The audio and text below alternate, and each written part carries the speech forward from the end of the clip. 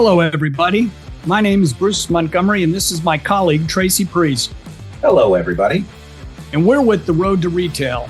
On our podcast, Tracy and I hope to offer tips, insights, ideas, and examples for how small, emerging, and challenger CPG, consumer packaged goods, brands can build their business. Everything from determining if you're ready to grow, where to start, how to prove it online, how to go about securing distribution at a national retailer, driving your business with the end consumer, and how to go about finding an investor if that's important to you. The bottom line is, we would love to help you be successful by highlighting the many important factors that go into establishing and growing your brand.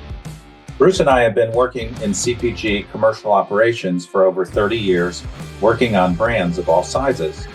By commercial operations, we mean sales, marketing, trade marketing, new product development, broker and distributor management, new product development, brand M&A, and financing. As a part of our show, we bring our guests that are brand founders and leaders, agencies, Amazon specialists, sales agents, contract manufacturers, retailers, and investors to discuss their experiences and share their insights with the audience. To keep up with the show, please subscribe to the Road to Retail podcast on Apple Podcasts, Spotify, or YouTube. Leave us a review and consider sharing the show with a friend or colleague that may benefit from the content. You can also check out our website to learn more at www.road2retail.com and follow The Road to Retail on LinkedIn. We would love to have you along for the ride. Looking to scale or launch your supplement or skincare brand? Eagle Labs Incorporated, based in Florida, offers full-service NSF-certified contract manufacturing of capsules, tablets, powders, liquids, gummies, and lotions. All of their manufacturing takes place in the USA. From R&D and formulation to packaging and fulfillment, Eagle Labs provides scalable, high-quality production that meets FDA and NSF standards. To learn more, contact Michael Law, Chief Commercial Officer at Eagle Labs at michael.law@eaglelabsinc.com, EAGLELABSINC, Michael Law, eaglelabs.com, or text him at 203-242-6417. Hello, everybody, and welcome to the next episode of The Road to Retail. We are glad that you've carved out a little time in your day to give us a listen. Tracy Priest, how are you, my friend? I'm doing fantastic, Bruce. It's great to see you. Great to see you. This is going to be a great episode. I'm very excited about this. So tell our audience today who we have. Oh, folks, we have Allison Ball with us today, and Alli is the creator of Retail Ready and the founder of Food Biz Wiz. She's got quite an accomplished resume, and she's continuing to build it every day. So Alli, thank you for your time and for joining us today. Thank you for having me. I'm excited for the conversation. Great. So to dive in here, why don't you just give the audience a little bit of background on who you are and how you've landed in these positions with these organizations you've created? Yeah, sure. So I got my start in grocery as a buyer at Buy Right Market in San Francisco, where I still live. And for years, my role was focused on choosing products for our shelves and ensuring that we had high sales and were hitting our margin goals week after week. And I loved that role. This was back in the day, 2008 or so. I call this the glory days of specialty grocery. And back then at Buy Right, we had so much pride in having a unique product set. So this was before the days of Range Me. This was before the days of Fair, Instagram, or, any of those places where it became like relatively easy to find new products. So that meant that I was often going to underground farmers markets and reading industry publications and, going direct with small brands, being their first wholesale account.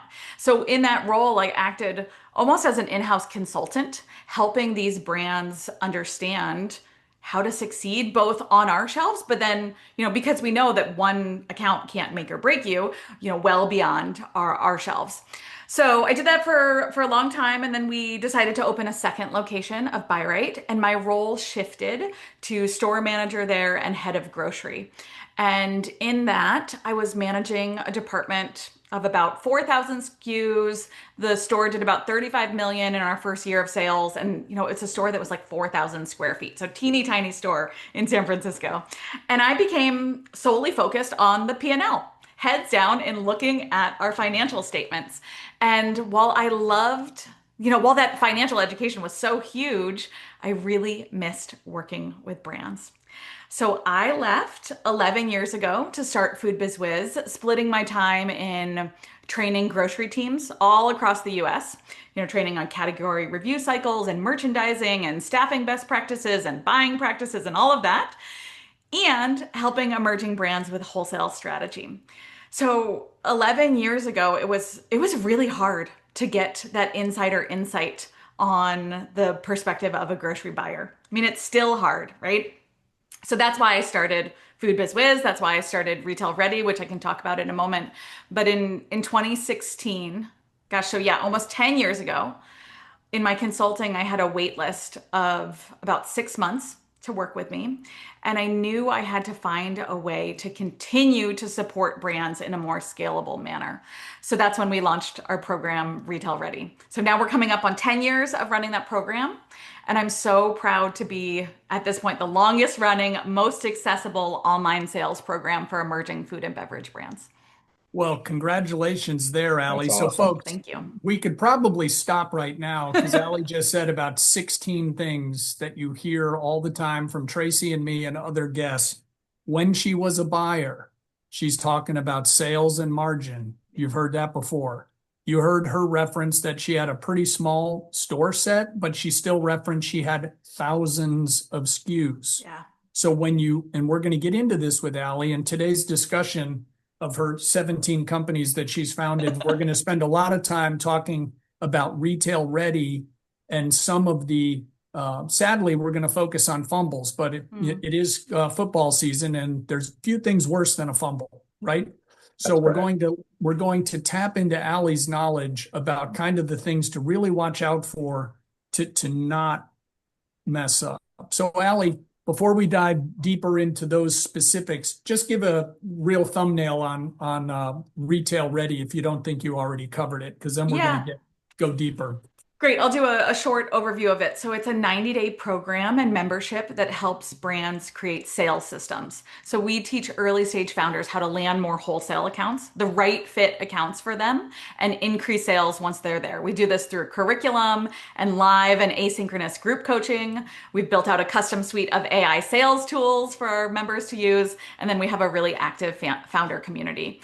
So it's done all through the lens of the wholesale buyer. How to speak their language, how to develop a pitch that gets the yes and the opening order, and how to create those long-standing partnerships with them so that your sales increase quarter over quarter. So Alli, just real quick, can you just define a wholesale buyer versus like a buyer working for Ralph's, Vaughn's, Kroger? Yeah, so I use the blanket term wholesale buyer as anyone who is making a decision on whether or not to purchase your product and resell it to the consumer. So that could be a buyer at Kroger. It could, choosing product assortment for their shelves, or, choosing for their region. And then there's, corporate buyer and then regional or store level buyers. It could be a bar manager who is bringing in your line of syrups to use in their cocktails and put you on the menu. It could be a corporate buyer who's putting you in the cafeteria at their nursing home, right? So when I say wholesale buyer, I really think about anyone who's making a decision about your product line and saying yes to paying you money for it and then reselling it or using it in some capacity to get to the end user. Does that make sense? Folks. Yeah. So perfect, folks. Perfect. So Alli's referencing whether it's wholesaler or buyer. She's talking about who's that gatekeeper that you need to convince to get through to sell in any environment. And she used stores, she used a restaurant, she used a bar. Okay, thank you so much. I think that's a really great level set. Tracy? Awesome. So, Alli, talk to us a little bit about why a lot of founders, they just want to dive into the deep end, right? So, tell us the importance of a founder really not skipping the strategy process and just going for it and say, I'll just figure it out later. So, Yeah, talk to us a little bit totally. about that. And I get why founders skip this step, right? Or they think that they've, maybe already done this work, right? And it's tempting to think I'm just going to sell. I need revenue, right? Like that's my number one goal is revenue, and I'm going to figure out the rest later. And sure, this is tempting because it does get you some early wins, right? We can't deny that, right? But it's also the fastest way to end up exhausted and burnt out and looking at your cash flow and wondering where the heck it's going and wondering why those wins aren't sticking. So when you skip a strategy, you're basically building a house without a foundation, right? Like you might get the walls up, but as soon as there's any pressure, a late payment from the distributor, a big account falling through that you thought was going to lock in, Mhm. a production hiccup, right? We see those all the time. The whole thing starts to wobble. So, strategy, I really see strategy as the thing that steadies you. It's that playbook that you build that says, here's who I'm selling to, here's why they care. Here's where they're looking for products like mine. Here's how I'm protecting my margins. Here's how I'm going to make sure that today's sales set me up for tomorrow's growth, right? And so what I see over and over again at Food Biz Wiz is founders who wing it, right? We see a whole lot of like hoping and praying and crossing Yeah. of fingers and winging it, get stuck in a loop. We see them hustling 24/7. They feel like they're constantly putting out fires in their business. They're chasing more accounts and more accounts and more accounts, opening doors, but never quite building velocity, right? And the sad part is that it's not because their product isn't good, right? Like beautiful products, values aligned products, like incredible products. But it's because they aren't hitting their velocity goals because they didn't have the time to set up a clear, repeatable system before jumping straight in. So yeah, diving in feels faster, right? But being deliberate here, taking the pause for the strategy work is what make sure that your efforts pay off, right? It's what moves you away from that like awful feeling of waking up 3 years into your business and realizing that you've just created a really expensive, time consuming hobby for yourself. Yeah, that's Boy, great. So the uh, true. the congregation of hope and prayer rarely has any seats available, and then Yes. people learn the hard way. So, Alli, why does a founder need to alter their sales pitch when presenting their brand to a retail buying team instead of just using their direct to consumer approach if they started online with their Mm. own website, whether it's, a Shopify site for Bruce's awesome cookies or if you're selling through Amazon? Yeah, Bruce, this is a really good question. And this is one of the mistakes that I see brands make a lot. They come to me and they're saying, well, Alli, like I'm pitching and I'm pitching and we've got all this like, our consumers love us. And yet wholesale buyers aren't giving me the time of day. Like what's up with that? And so when we really need to understand that when we are pitching, when we are selling direct to consumer, your sales pitch is all about the end customer, right? Their lifestyle, their taste preferences, the story that makes them want to pull your product off the shelf or like buy you on TikTok, right? Maybe they love your shampoo bars because you are the most sustainable, effective choice. Or they're buying you because you're a woman-owned brand. Or they love your like funny Instagram reels. But when you're pitching to that wholesale buyer, the lens shifts completely. That buyer cares less about whether your product matches their own personal preferences and more about whether or not it moves off their shelves or out of their mini bar or off their airline menu or, in their cafeteria, whatever it is. But they care. Those wholesale buyers are making decisions based off velocity, margin, category fit, and how your product helps them succeed.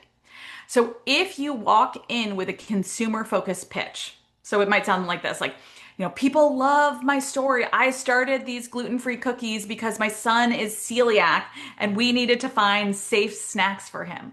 Or this is my grandma's recipe from Poland and she, brought it to America on a little piece of paper in her, trunk. Or my Instagram following is XYZ, right? You are missing the mark. You have to translate that into what it means for the wholesale account. Will this product bring in new shoppers? Will this product increase basket size? Will this product increase my margins in this category? Will this product help the financial health of this category, right? So we really have to, when we're pitching to wholesale buyers, we do this practice of almost like putting on a different hat, right? So instead of your direct to consumer sales hat, you are really putting on this wholesale buyer hat and speaking the language that resonates with the wholesale buyer, and you leave the direct to consumer audience behind. Okay, Tracy, go ahead and say it. What did Alli just say? It's about sell in, not sell. It's about sell through, not sell in. And it's about velocity, and also about really understanding your audience, all those things a founder is passionate about, their story and all that stuff. That's not what's important to, a wholesale buyer. That's just not. No, and Tracy, brands get really mad at me when I say this, right? Because they're like, well, Alli, I'm a woman-owned local brand, and we truly, truly, take pride in sourcing our chili peppers from female founders in Mexico. Like, where is there room for that in my buyer pitch? And you're telling me the wholesale buyer doesn't care about that?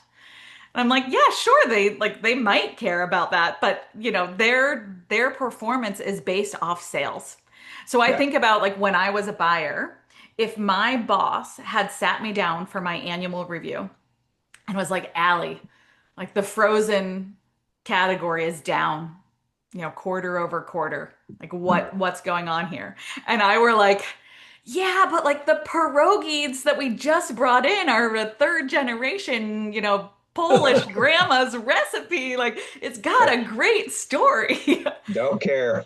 My boss doesn't care. No, my boss doesn't care. Then they pick up the phone and say, HR, I'm sending someone down to see you. Exactly. I'm out, right? The other thing Alli said, folks, that Tracy and I drive home all the time, and it's good that you're hearing it from her, especially since she also was a buyer, is the buyers may love your story, right? But in the end, your product has to perform because they care more about their category performance than your brand. You're either helping or hurting. Well, Bruce, why isn't it neutral? Because if all you are neutral, they shouldn't have gone through all the work to put you in. Yeah. They took something out to put you in, and they got no benefit. And Alli also talked about the human nature of the buyer being either super worried or less worried, depending on your position in life, about how it's going to reflect on them in their review and their career and their pay and their bonus and ability to get promoted. So you do have to think through the whole thing. Tracy? Yeah, so I just wanted to reiterate too that we do hear a lot of from a lot of brand founders. Well, my family loves it and I sell out every Saturday at my farmer's market.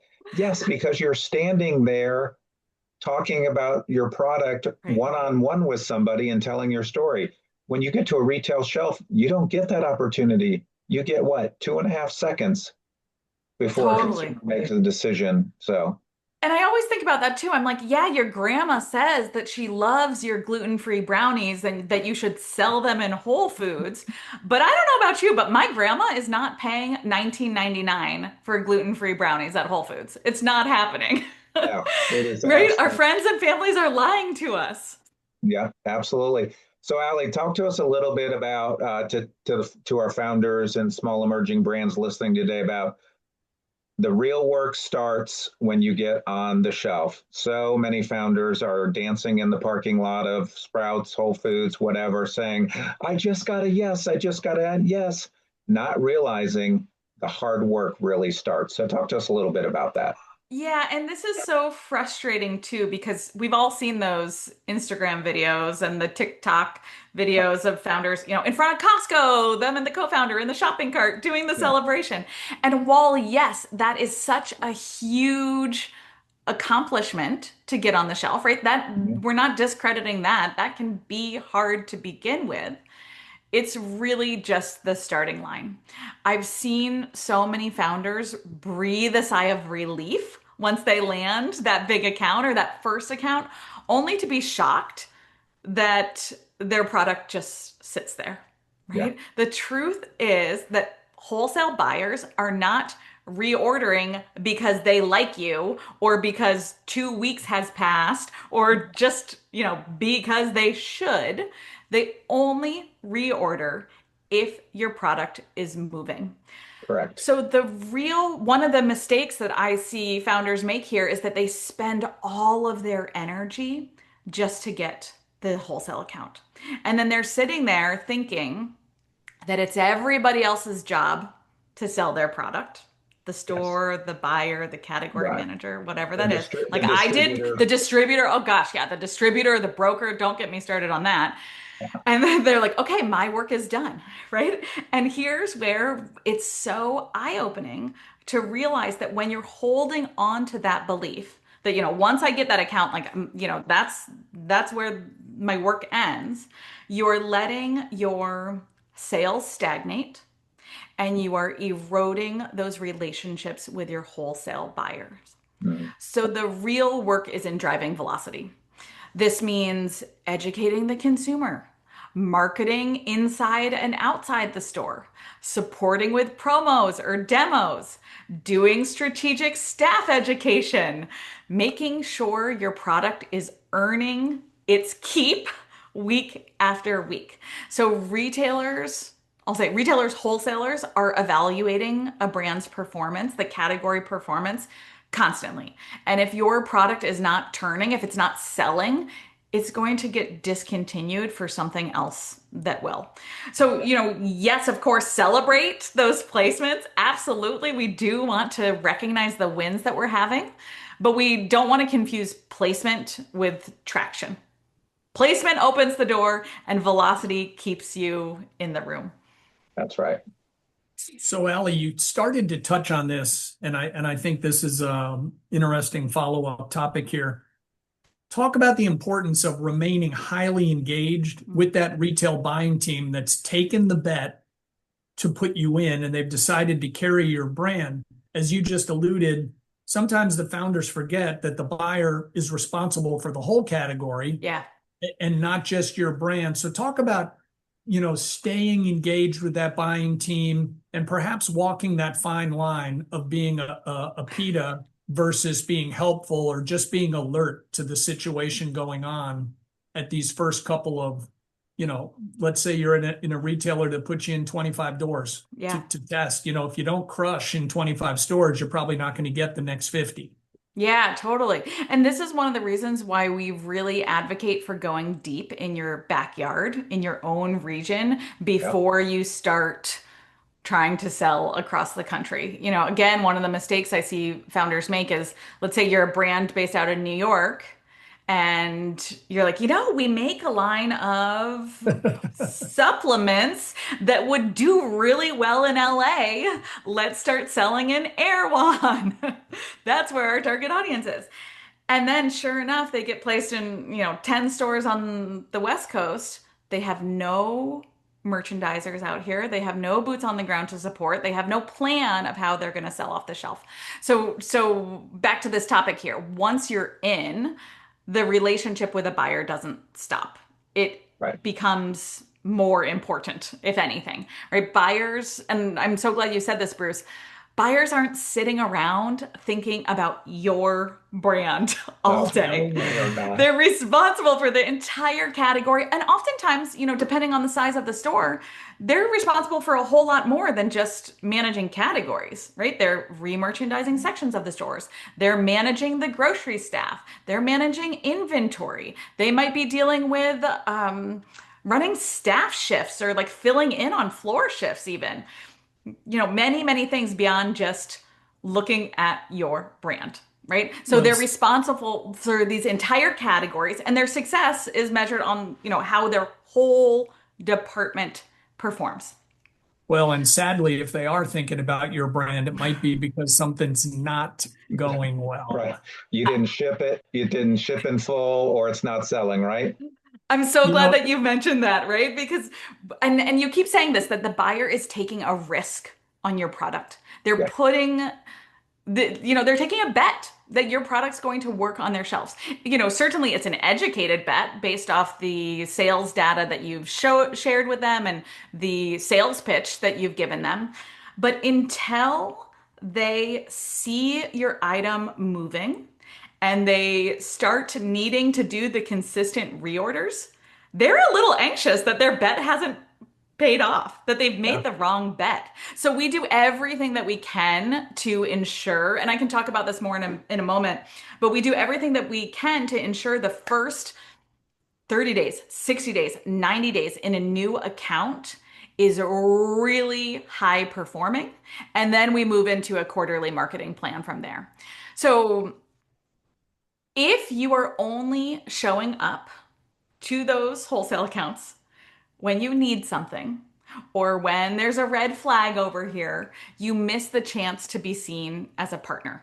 So, staying engaged, back to your question, Bruce, staying engaged means checking in with updates, sharing quarterly promotional ideas, flagging trends in the category, talking about your seasonal availability, coming in for staff trainings, shipping new shelf talkers, anything that is making their job easier. So when you show up in this way, it shows that you understand the bigger picture and that you are invested in helping the category succeed, not just, is my own individual product moving?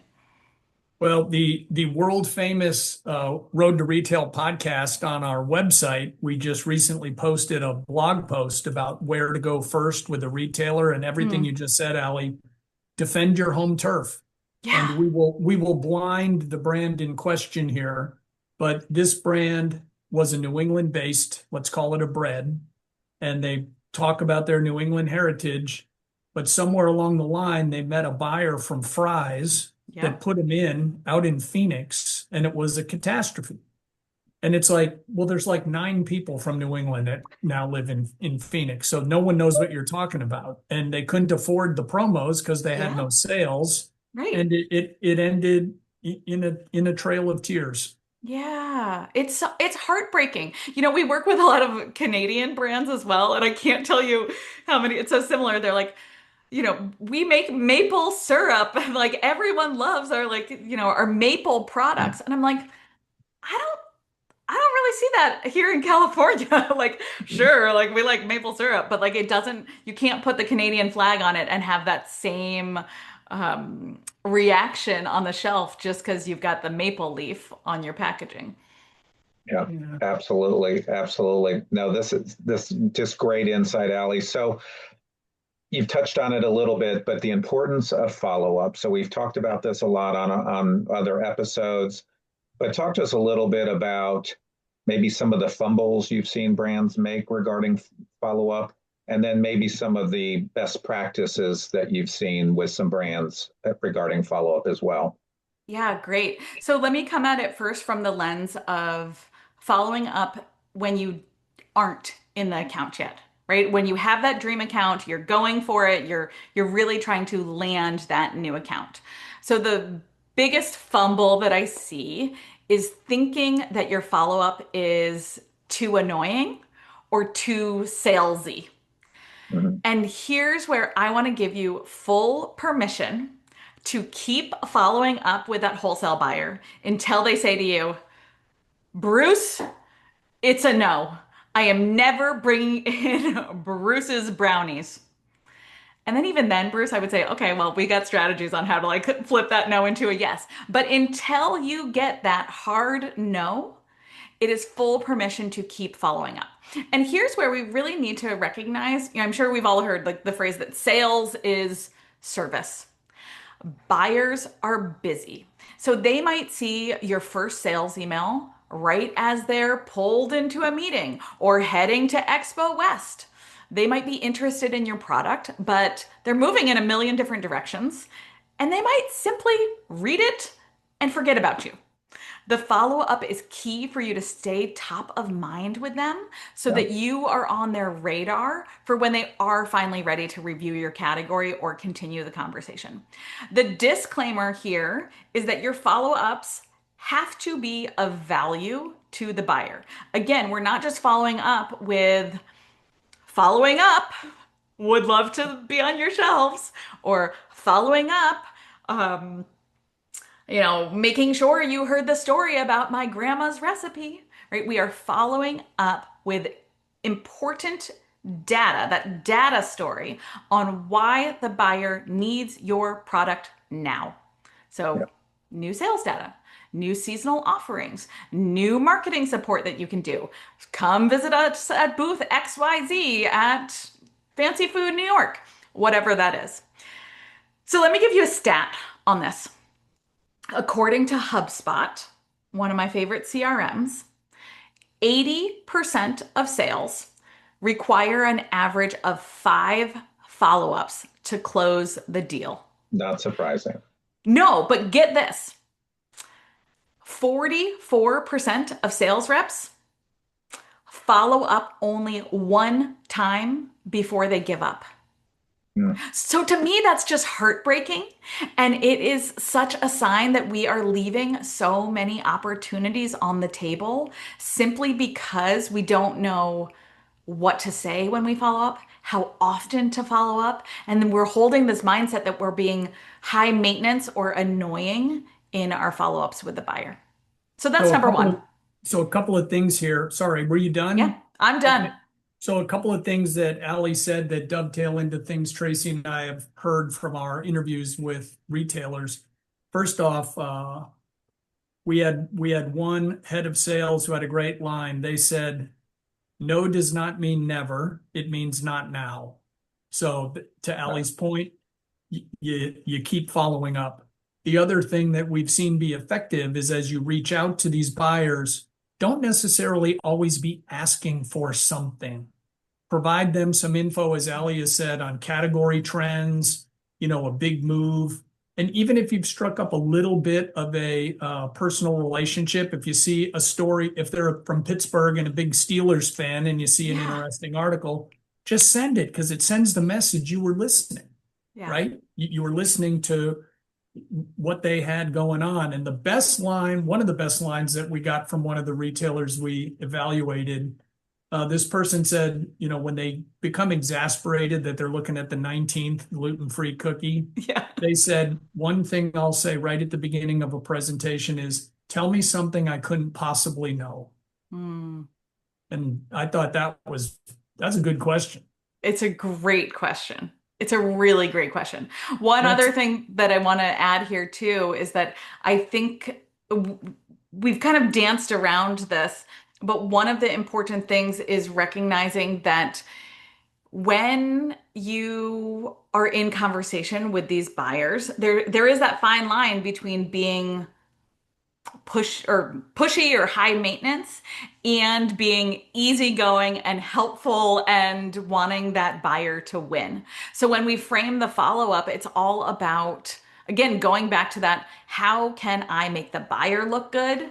How can I help them hit their category goals? And how can I make the yes really, really easy for them? So every single follow-up, we're including the sell sheet, we're including the price list, we're including the link to order, to intro to the distributor rep, like whatever it is, we're making it super, super easy for the buyer to take the next step with us. Yeah. Well, some of the other things, go ahead, Tracy, I'm sorry. I was just going to say, because the buyer is really busy and overwhelmed.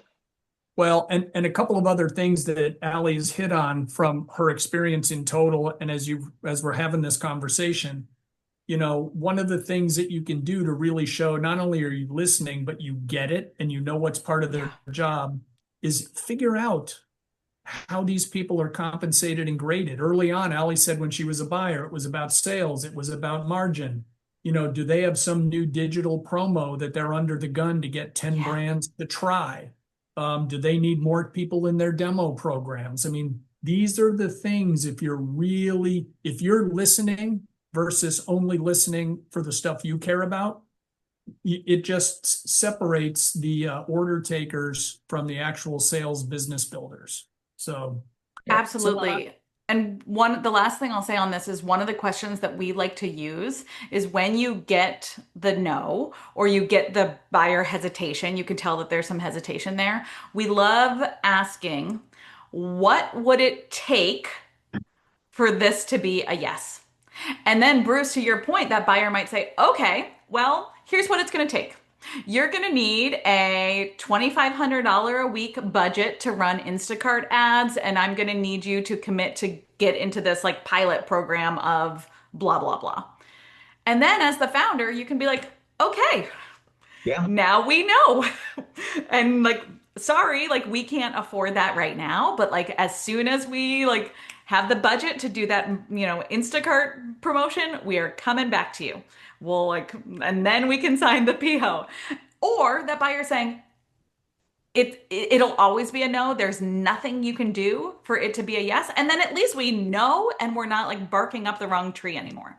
Right. You can right? move on. And another thing, to Alli's example, if they say in order for this to be a yes, they give you something that's not outlandish, but it would be really hard for you as an emerging brand.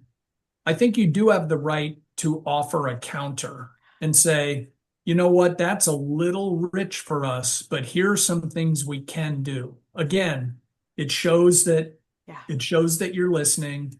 It shows that you have a fully functioning brain. You're sending the subtle message that you're just not going to agree to everything. Okay. And the no may be a no for now, but sometimes an agreement you make at one place may come back and haunt you because the next place you go will say, you did this for Tracy. Why can't I get that? So let's talk about expanding your business. So Alli, one of your clients has listened to you. They've gotten in, they're getting some traction. They're having some positive vibes with the account. They think they're ready to talk about growing.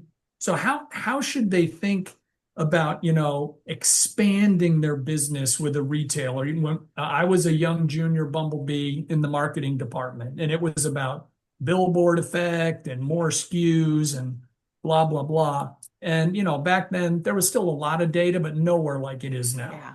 I mean, so how many of these SKUs are incremental? What are you cannibalizing? If you had 4 SKUs that were easily clearing the velocity hurdles and you add 3 more and now suddenly 5 of them are on the cut line, did you really win? I'd say no. How do you recommend brands think about growing with a retailer? Yeah, okay. And before we even get into that, I want to highlight what you just said, Bruce, and make sure that listeners heard that this whole setup is after you are doing well in a retailer, right? So I really want to emphasize that. More SKUs does not equal more sales. Great. One of our mottos that I'll say it until I'm blue in the face, is velocity over doors. If you cannot profitably sell your existing product line, getting into more accounts is going to put you deeper in the hole. Yeah. Okay, so let's just have that disclaimer that let's pretend everything's going well before we talk about this. So we're thinking, again, strategically here. We ideally, at this point, have a really strong relationship with that buyer, and this becomes a conversation with them. Hey, we want to expand, and we want to make sure it's a win for both of us. So as we're evaluating these SKUs to add, do the new SKUs fill a real gap in the category? Or again, am I just thinking like, this would be nice. I like matcha flavored things. Let's add in a matcha flavored SKU, right? Does it complement what's already on the shelf? Does it make the buyer set stronger? Or is it just adding more of the same? Like you said at the beginning, Bruce, it can't just be a 1-for-1 swap here. Let's say I make Allie's cold brew, and I'm asking to be swapped for chameleon cold brew, but cold brew sales are not increasing total in the category. It's officially not worth it for the buyer to bring in more SKUs of mine, or like, any of mine. So I really think of it with that conversation with the buyer. What's missing in your category? How are we uniquely qualified to fill that gap? Is there opportunity for a different format? Maybe we're talking private label at this point. What are we doing? How can we make it a win both for us and for the buyer? One of the other things that like we get really careful about here is starting to think about line extensions or moving into another category altogether. For example, we've been working with an elderberry producer for a long time, and for a long time, her hero product were like elderberry syrups and jams that were more for not medicinal, but grocery products, right? Syrups, jams, balsamics, things like that. And over time, and we're talking like a decade, she became really well known as American grown elderberry farmer, producer, all of that. And Whole Foods approached her to create a line of gummies and move into the supplement category. And so there is this like natural thing that can happen after having literally years and years of a relationship with a buyer where you become trustworthy. You become so reliable. And then that buyer actually ends up coming to you and saying, we've got this big gap. Can you fill it for us?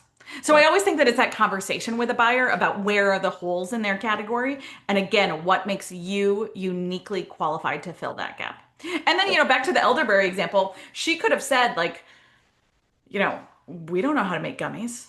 I got to go find a whole other co-packer. Like I got to we only have so much yield in our elderberry plants here, right? Like we can't do it. But she looked at everything, right? And, looked at the profit margins on it and all of that. And it was a yes for her. But it took her a couple of years to get that out. New packaging, new co-packer, new formulation, all of that sort of stuff. So it's not a fast process. No, it is not. That's a good recap of your client there, because most entrepreneurs, they buy cars with no brake pedal, just gas, baby. Let's go. All gas, no brakes. Yeah. And I'm really curious with her, I'm really curious if she'll end up discontinuing some of the pantry staples and move towards, becoming more of that, play more in the supplement space, depending on how it goes. We'll see. This will be the first, full flu season that she's got on Whole Foods shelves. So higher margins in supplements than there are in food products. 100%. Yeah, absolutely. And daily adaptation of them too, right? So, I think about that a lot. I'm like, okay, you might make a beautiful elderflower jam, but that jar is sitting in your fridge for 90 days. 3 months, 6 months, a year, as opposed to a pack of gummies that, ideally, and this goes back to how we do the messaging and the marketing copy, but we want that to be a daily consumption. And so then sure enough, somebody's buying a pack every 2 weeks, every 30 days. Yeah. When you find the people in supplements that are the believers, they're taking 1 or 2 of them a day. Yeah, totally. So, Alli, we've talked a little bit about some of the fumbles that you've seen brands make, but maybe share with us a couple of examples of winning strategies that people have done that have really, that you remember. Yeah. Okay, let's see. I'm going to give the example of a gluten-free bread company, Bread Seriously. They're based out here in the Bay Area, and praise Sadie for her ability to say no to opportunities. So one of the things that we really preach is that as an early stage founder, you have limited resources, time, money, energy, opportunity. These are all limited. So we really have to focus to make sure that we're selling in the right places to the right people. So Sadie with Bread Seriously, she made this. So now she's multi-million-dollar bread gluten-free bread producer. She has about 20 employees. She manages all of her own production. She does it in the East Bay here in California.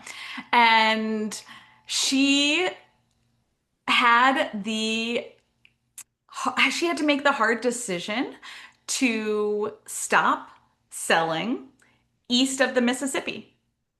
And this was a really big deal for her. But because, of course, there is some of the vanity metrics of how many doors we're in. Oh, we're in these national accounts. We're doing this and this and this.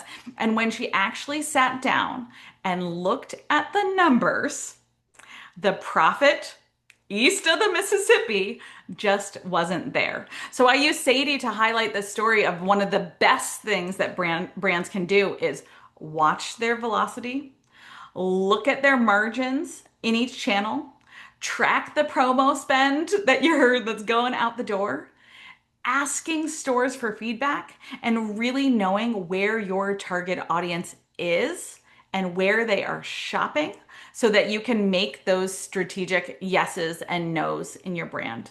So then, of course, she just moved. Of course, they'll do direct to consumer east of the Mississippi, but they closed all retail on the East Coast. And sure enough, her profitability looks better.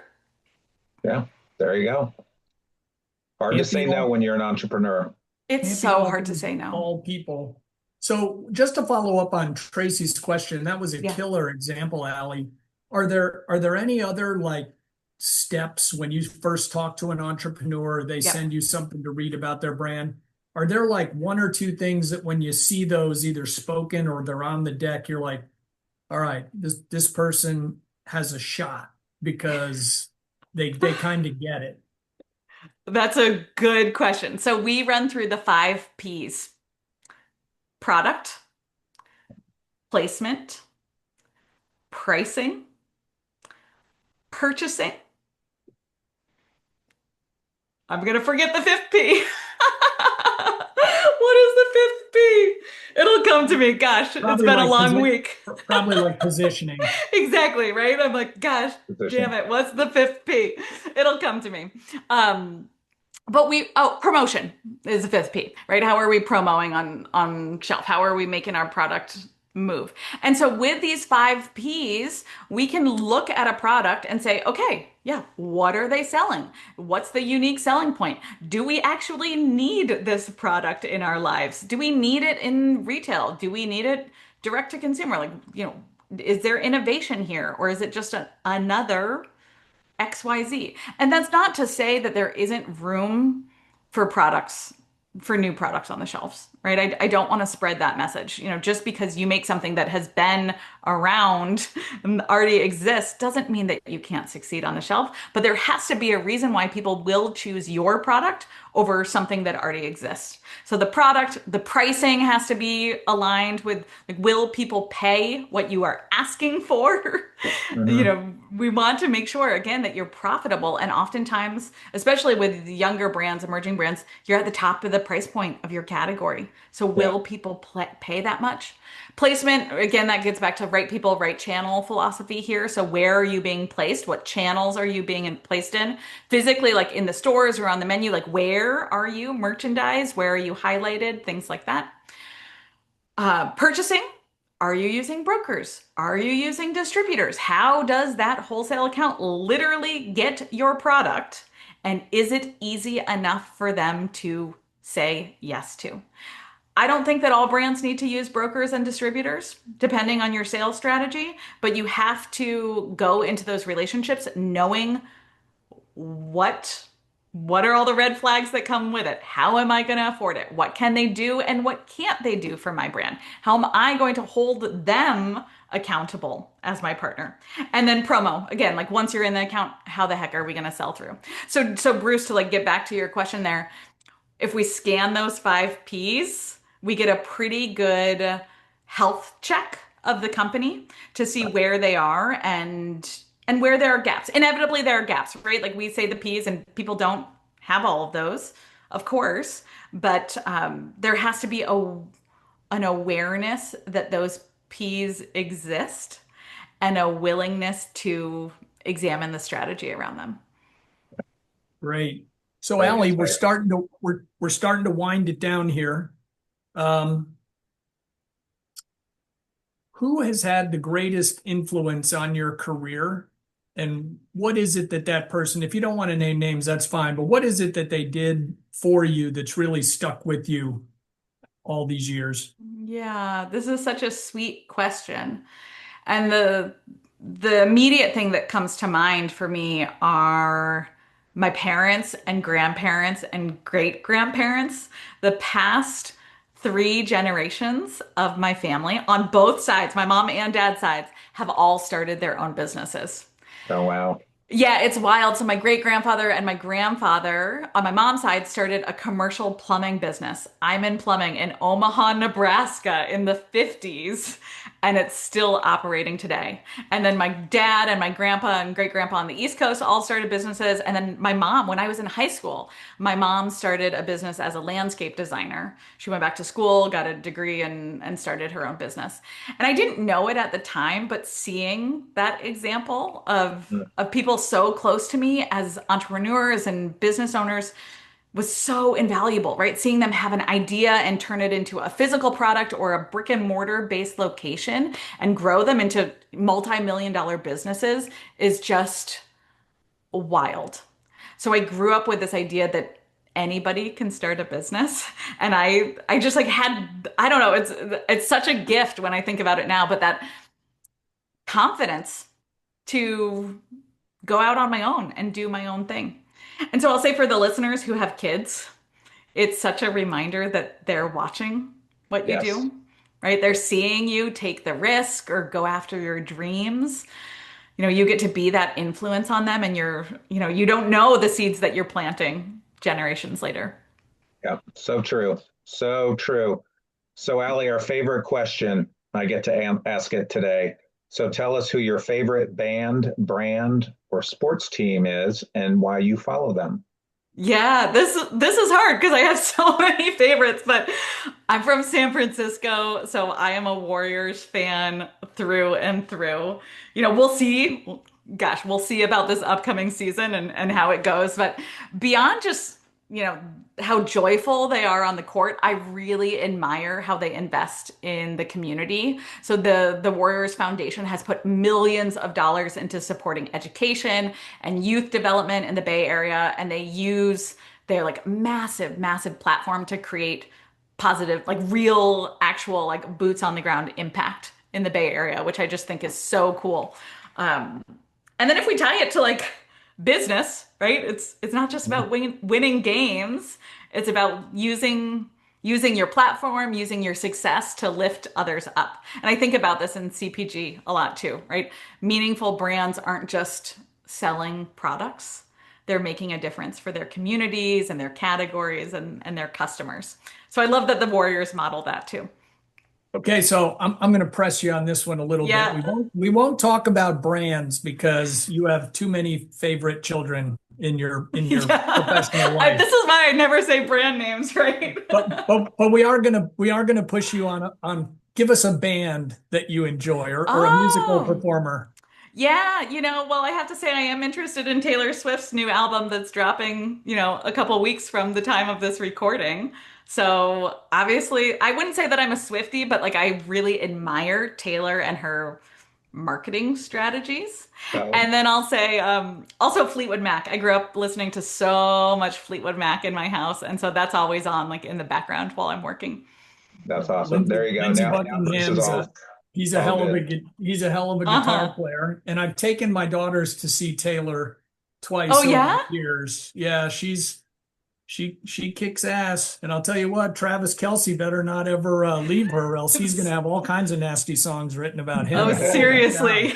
All right, I think Tracy, bring us home. awesome. Oh, I'm sorry, one more, Allie. So, how can people get in touch with you to learn Hmm. more about Food Biz Wiz or Retail Ready?